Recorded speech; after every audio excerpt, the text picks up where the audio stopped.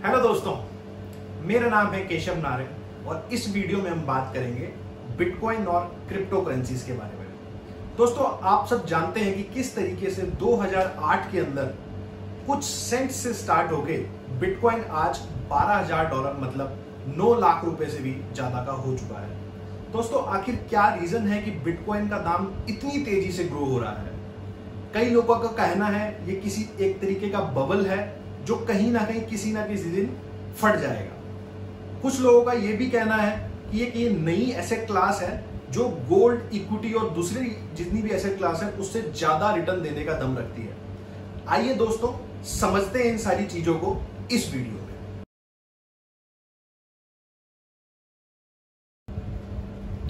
दोस्तों, अगर बिटकॉइन को हम समझने की कोशिश करें तो 2008 के अंदर सतोशी नाकामोटो नाम के एक इंसान ने एक व्हाइट पेपर लॉन्च किया यूएस के अंदर, जिसके बारे में उसने बिटकॉइन के बारे में दुनिया को बताया।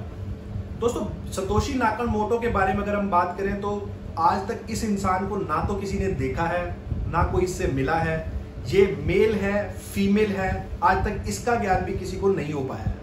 दोस्तों, अगर इस व्हाइट पेपर की डेफिनेशन पे मैं जाऊं तो यहां पर सतोशी नाकामोटो ने जो इसको डिफाइन किया तो bitcoin is basically a peer to peer electronic cash system which allows to send payment from one party to another party without the intervention of financial institutes. मतलब कि आप एक जगह से दूसरी जगह पैसे को भेज सकते हैं बिना किसी बैंक या किसी दूसरे फाइनेंशियल इंस्टीट्यूट की मदद से। दोस्तों, आज की डेट में अगर हम देखते हैं तो किस इस तरह की कोई भी हमें ट्रांजैक्शन करनी होती है या पिछले अगर हिस्ट्री को भी मैं उठाऊं, पिछले 50 से 60 साल जब से ये सेंट्रल बैंक और नोट्स का कल्चर आया है, प्रिंट अपने करेंसी नोट्स का, तो आपको किसी भी क्रॉस बॉर्डर ट्रांजैक्शन के लिए बैंक्स की या किसी फाइनेंशियल इंस्टीट्यूट की जरूरत पड़ती ही है। बट ये सिस्टम जो अगर मैं बात करूं तो आपको बिटकॉइन का जो पूरा टेक्नोलॉजी सिस्टम है that is build on blockchain. मतलब इस पूरा जो सिस्टम जिसपे बिटकॉइन काम करता है वो है ब्लॉकचेन। तो बिटकॉइन एक ऐसा सिस्टम है जिससे आप एक जगह से, मतलब अगर आज की डेट में मेरे को इंडिया से यूएस के अंदर पैसे भेजने हैं तो मैं बिना किसी बैंक या बिना किसी फाइनेंशियल इंस्टीट्यूट के इंटरवेंशन के भी भेज सकता हूं। दोस्तों, इसकी वजह से बिना किसी बैंक या बिना किसी केवाईसी की वजह से लोगों का यह भी कहना है कि इसकी वजह से मार्केट के अंदर बहुत ज्यादा फ्रॉड्स बढ़े हैं और कुछ इलीगल लोग जो ड्रग्स या किसी ना किसी ऐसे बिजनेस के अंदर हैं जो लीगल नहीं है, वो सारे काम भी बिटकॉइंस में होने लगे हैं। बट दोस्तों, मैं इससे एग्री नहीं करता क्योंकि ये सारे काम ऑलरेडी भी हो रहे हैं बिना बिटकॉइंस के भी। हाँ, बिटकॉइंस की वजह से शायद उनको एक अनदर मीडियम मिल गया है, बट ये कहना कि इसकी वजह से सारे क्राइम्स बढ़ गए हैं, ऐसा बिल्कुल भी नहीं है। दोस्तों, अब हम समझने की कोशिश करेंगे थोड़ा सा यहाँ पे ब्लॉकचेन टेक्नोलॉजी के बारे में। दोस्तों, आइए समझते हैं ब्लॉकचेन टेक्नोलॉजी को।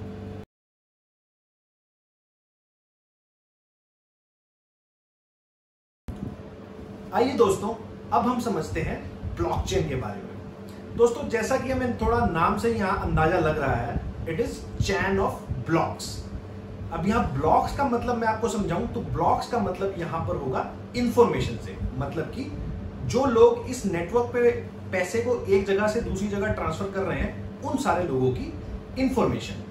अब दोस्तों, इसको थोड़ा सा मैं आपको और डीप में समझाने की कोशिश करता हूं कि किस तरीके से ब्लॉकचेन काम करती है। दोस्तों, यहां पर हम इन 3 बॉक्सेस का एग्जांपल लेते हैं। आप ये मान लीजिए कि यहां पर 3 तरह की ट्रांजैक्शन होने वाली है।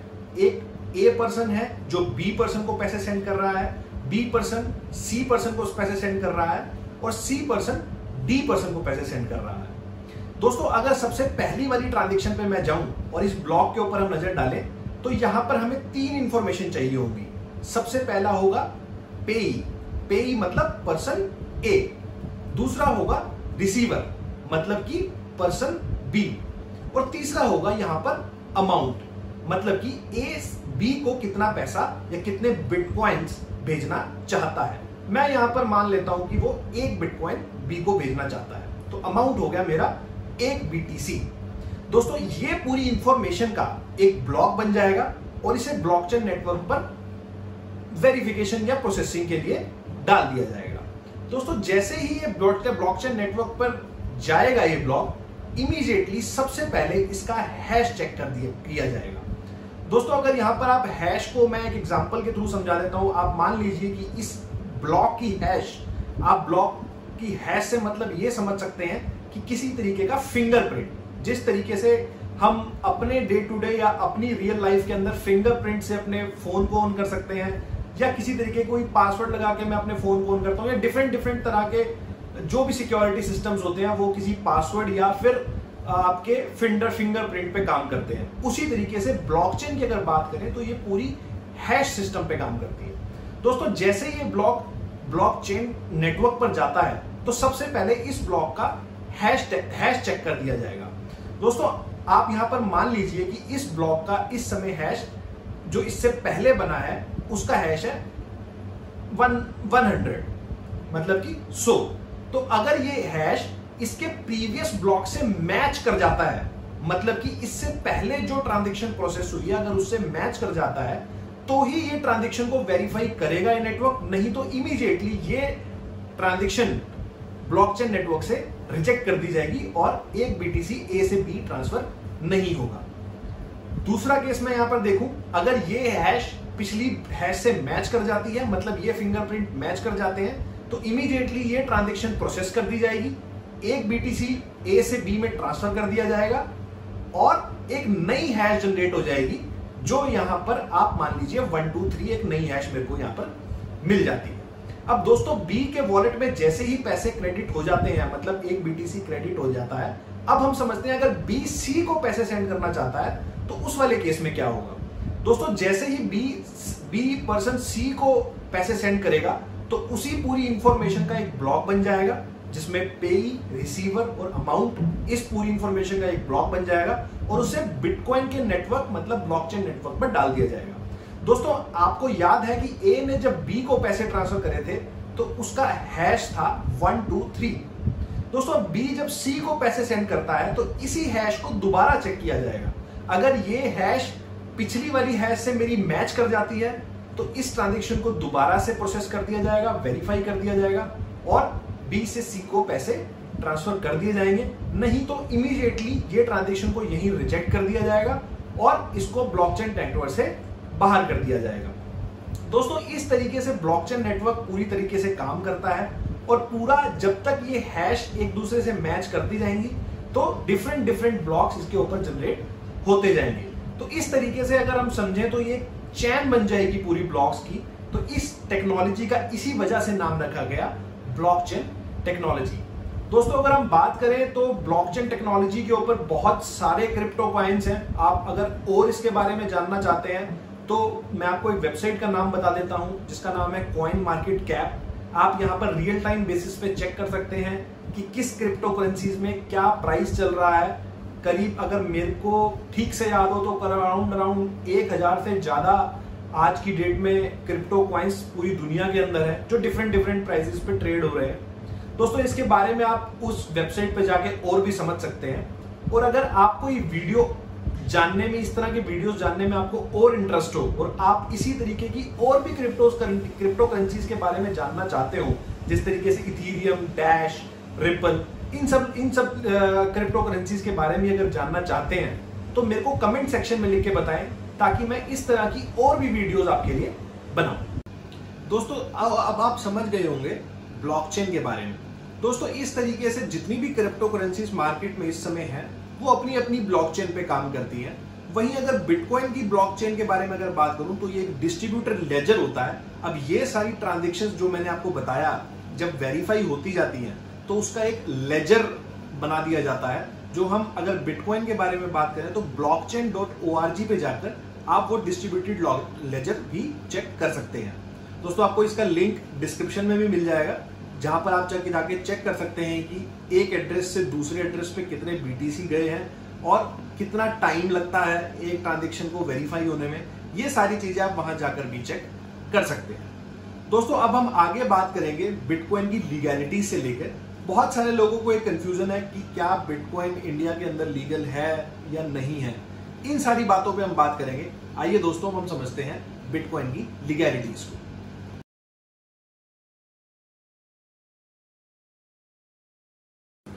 दोस्तों बिटकॉइन की लीगैलिटीज की तरफ अगर मैं देखूं तो सबसे पहले हमें ये वाली बात समझनी जरूरी है कि बिटकॉइन को हम एक इंडिया के अंदर एक पेमेंट सिस्टम नहीं कंसीडर करते हैं। मतलब कि आपने जिस तरीके से पहले देखा भी होगा कि हमारे फाइनेंस मिनिस्टर अरुण जेटली जी ने इसको एक लीगल टेंडर नहीं बोला था। मतलब ये इंडिया के अंदर बिटकॉइन एक लीगल टेंडर नहीं है। इसका मतलब ये है कि आप बिटकॉइंस में पेमेंट्स कहीं पे भी नहीं कर सकते हैं। आप बिटकॉइन के जरिए कोई चीज खरीदने या बेचने के लिए बिटकॉइन का यूज नहीं कर सकते हैं। बट इसका मतलब आप ये बिल्कुल भी नहीं है यहाँ पर कि आप बिटकॉइंस में इन्वेस्ट नहीं कर सकते। अगर आप बिटकॉइंस में इन्वेस्ट करते हैं तो सरकार आपको ये कहना चाहती है कि वो आपका एक पर्सनल रिस्क होगा और सरकार उसमें किसी तरह की अपनी जिम्मेदारी नहीं लेती। ये उसी तरीके से हम कंपेयर कर सकते हैं जिस तरीके से आप शेयर मार्केट में इन्वेस्ट करते हैं या फिर रियल एस्टेट में इन्वेस्ट करते हैं, जहां पर जो भी उस एसेट क्लास का जो भी रिस्क और रिटर्न होता है वो आपका पर्सनल रिटर्न या पर्सनल रिस्क या रिटर्न होता है। उसमें सरकार की किसी भी तरीके की कोई भी जिम्मेदारी नहीं होती इन केस अगर आपको कुछ उसके अंदर लॉस हो जाता है। उसी तरीके से ये सारी चीजें भी यहां पर चलती हैं। तो बिटकॉइन इंडिया के अंदर एक लीगल टेंडर नहीं है, बट बिटकॉइन में इन्वेस्ट करना इलीगल नहीं है। शायद अब आप मेरी बात को अच्छे से समझ पाए होंगे। दोस्तों अगर हम बात करें बिटकॉइन में इन्वेस्ट करने के बारे में, दोस्तों मैं पर्सनली ये मानता हूं कि बिटकॉइन एक ऐसी टेक्नोलॉजी है जिससे आने वाले टाइम में बहुत बड़ा और बहुत अलग अलग लेवल पे बहुत अच्छा क्रिएट करा जा सकता है और एक फ्यूचरिस्टिक टेक्नोलॉजी मैं इसको कहूंगा। तो हाँ, पर्सनली मैं ये मानता हूं कि हाँ, बिटकॉइंस में इन्वेस्ट कर सकते हैं। अब हम दोस्तों इस बारे में जानेंगे कि कितना अमाउंट आपको इन्वेस्ट करना चाहिए और किस तरीके से आप बिटकॉइन में इन्वेस्ट कर सकते हैं इंडिया के अंदर। आइए जानते हैं दोस्तों इस बारे में।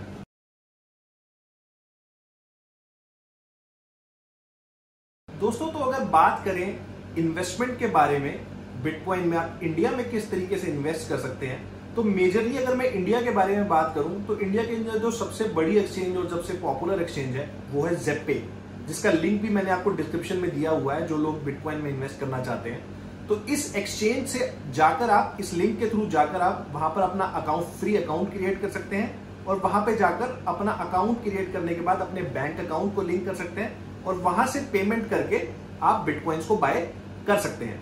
दोस्तों आज से लगभग 2 साल पहले अगर मैं देखूं तो इंडिया के अंदर आरबीआई के एक सर्कुलर के बाद जितने भी बैंकिंग सिस्टम्स हैं उनको आरबीआई ने मना कर दिया था कि आप किसी भी तरीके का कोई भी ऐसे वर्चुअल करेंसी में डील नहीं कर सकते।